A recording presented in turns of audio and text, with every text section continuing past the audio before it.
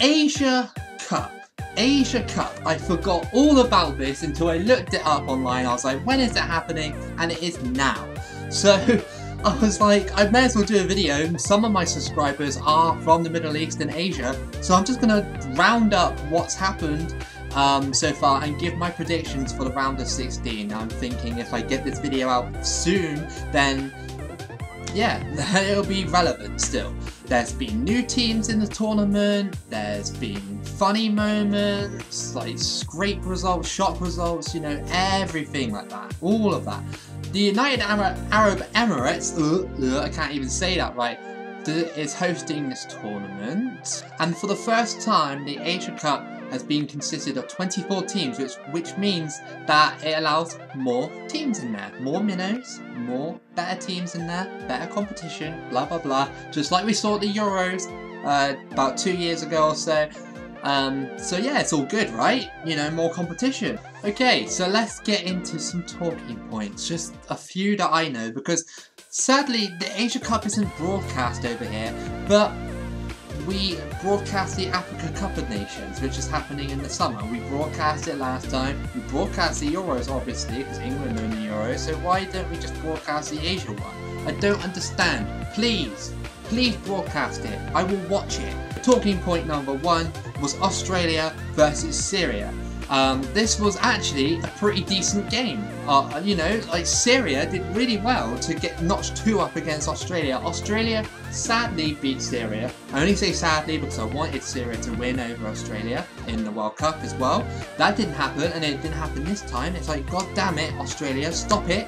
Stop being good. But the funny thing was that Australia conceded a penalty because a Syrian player tripped up another Syrian player in the box, and somehow that was awarded as a penalty. I hope I can find a video of it or something, but it was absolute madness.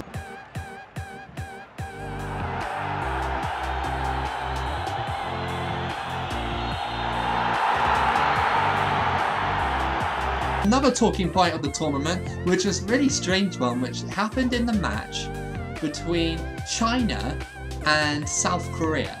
Very, very, very odd talking point, I guess. It's one of the weirdest things I've seen anyway. Okay, so South Korea beat China on Wednesday 2-0. Quite a, you know, an easy result for South Korea. Let's be honest, China aren't that great. So I just reading an article right now. Chinese fans blame Manchester United for their loss to Heung-min Son, South Korea at the AFC Asia Cup. Yeah, the Chinese fans basically just said, why didn't Manchester United injure Son before the game? It's madness. Like, why would they do that? Why would Man United go out to injure Son just to help China's chances of qualifying for the AFC, the finals even? It's so weird. It's just such a pathetic excuse. You lost China, get over it. Reading from the top, Jordan versus Vietnam. Now, I want to say, as a prediction, maybe Vietnam, maybe. If they got enough momentum behind them, they could potentially do it. But I don't really know. Like, Jordan, I've never really seen him play. I've seen Vietnam on highlights and stuff, and yeah, I'm gonna say Vietnam on that one, just to say fuck it, why not? Thailand versus China in the round of 16 as well. They both got through. I'm gonna have to go with Thailand on that one. Yeah, definitely Thailand. I think Chinese football isn't that great at the moment. It's just about, like, the league's all about money. I know they're trying to invest in their players and stuff like that, but the thing is, it's not washing with me. I think Thailand are the better team. Iran versus Oman. I think Iran would take that one 100%. Iran are a very, very strong team in the Middle East. They showed that at the World Cup. They weren't that bad. They really weren't that bad. I don't really know much about Oman. The big tie, Japan versus Saudi Arabia. Now, I really don't know how to call this one, really. I would lean towards Japan, but Saudi Arabia, I mean, They could have an outside chance, possibly. I really think, though, that Japan might edge that one. It'll be a good game, though. It'll be watchable. Australia versus Uzbekistan. I'm going to have to say Australia on that one. Australia are far too strong. That's happening on Monday, as is the Japan versus Saudi Arabia. I'm sure you can catch all the highlights on YouTube. I'm fairly sure. UAE versus Kyrgyzstan. Kyrgyzstan got through. That's quite impressive. Okay, so I think... Oh, I don't really know, to be honest. I don't really know much about these two teams. I'm going to have to go with United Arab Emirates on that one. Just because I think Kyrgyzstan are probably lower ranked than the FIFA rankings, possibly. I can't really say more than that. South Korea versus Bahrain. Bahrain versus South Korea. Ooh. South Korea, 100%. 100%.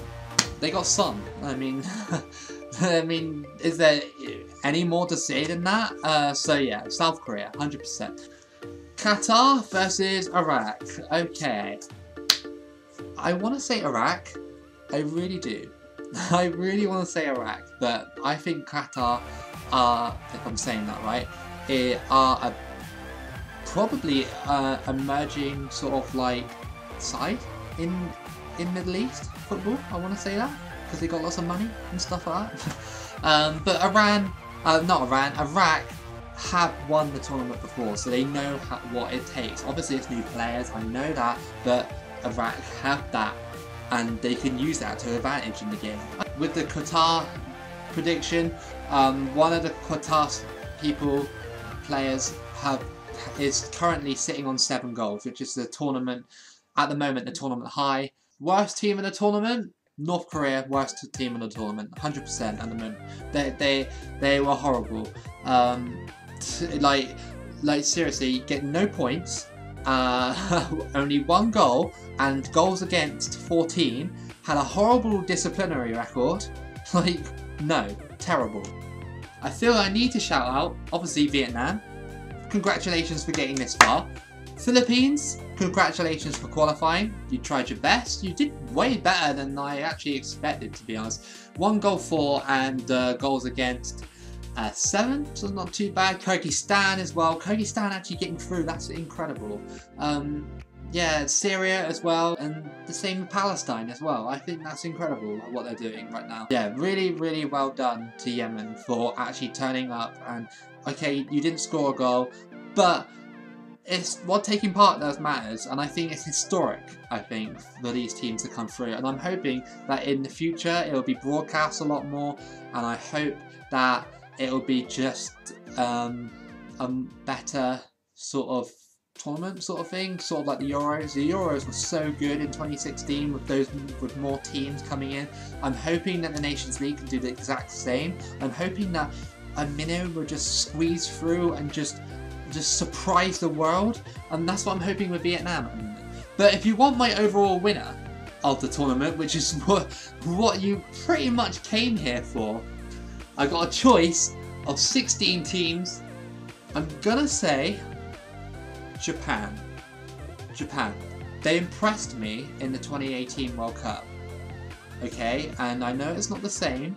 Different tournament, different year, different players maybe, but I think definitely. I reckon a Japan and an Australia final, probably.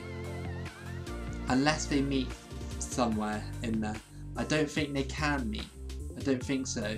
If not, then South Korea. I think either one of those two will be in the final with Japan. I hope you've enjoyed this little video. I hope you have. My knowledge of Asian football is terrible. I had to look up so many articles and remember so many like stuff. Yeah, it was just ridiculous. I didn't know that this tournament was going on. I just wanted to do it for the people who live in the Middle East and Asia, and people who are interested in football in general, obviously, and look across the world for something different like I do, sort of thing. But anyway, if you enjoyed this video, then give it a like, subscribe if you're new here, turn the notifications on, that would be really helpful. Keep it loco, and I'll see you again for the next video.